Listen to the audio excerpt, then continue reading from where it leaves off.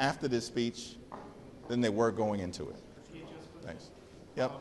Last we heard, you guys sent a new counteroffer to the White House. Did they ever respond to that, or is it radio silence? What's the status of the talk? There hasn't been any real recent communication with the White House.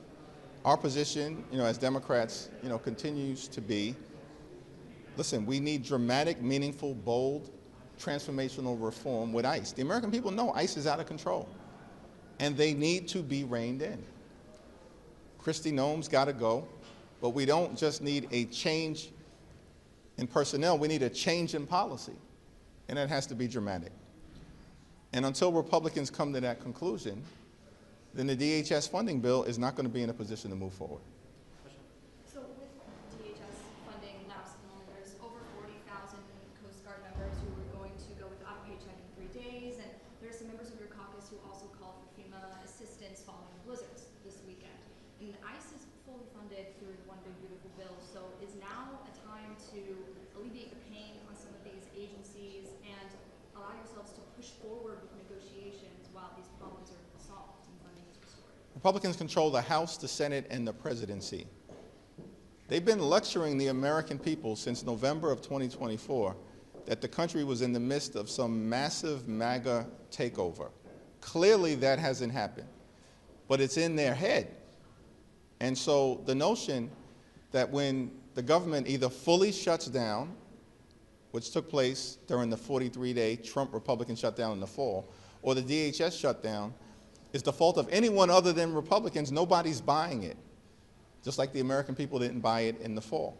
Republicans have made an intentional decision that they would rather shut down FEMA, shut down the Coast Guard, and shut down TSA than actually reform ICE and get them under control so that ICE agents behave like every other law enforcement agency in the country. That's all we're asking for. Conduct yourself in a manner consistent with every other law enforcement agency in the country. And unfortunately, Republicans, at least to date, have been reluctant to do it. But the American people have abandoned them, even on immigration enforcement, where Donald Trump's public approval ratings are way underwater on an issue that he thought was his signature issue. That's gone, just like the rest of his presidency.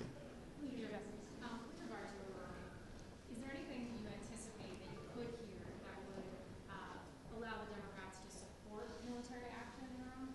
The American people are of the view, first of all, let's be clear about Iran. There was a military strike executed by Donald Trump last year. We were told that the nuclear program in Iran had been completely and totally obliterated. Not my words, Donald Trump's words. And so now we're to believe that there's an exigent circumstance where Donald Trump may need to strike militarily in order to prevent Iran, presumably, from achieving its nuclear ambitions. Wait, what happened to Iran's nuclear program being completely and totally obliterated? Donald Trump's words, not our words. Clearly, he was lying to the American people, or he's lying right now. And so there's nothing that he can say to the American people that will have any degree of credibility at this point in time. I'm interested, and I'll listen to what members of his administration are going to say at this secure briefing.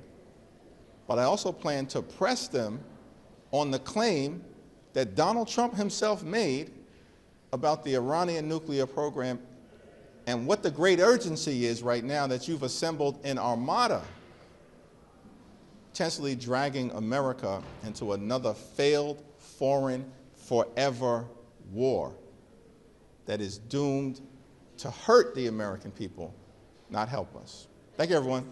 Thank you. Yeah.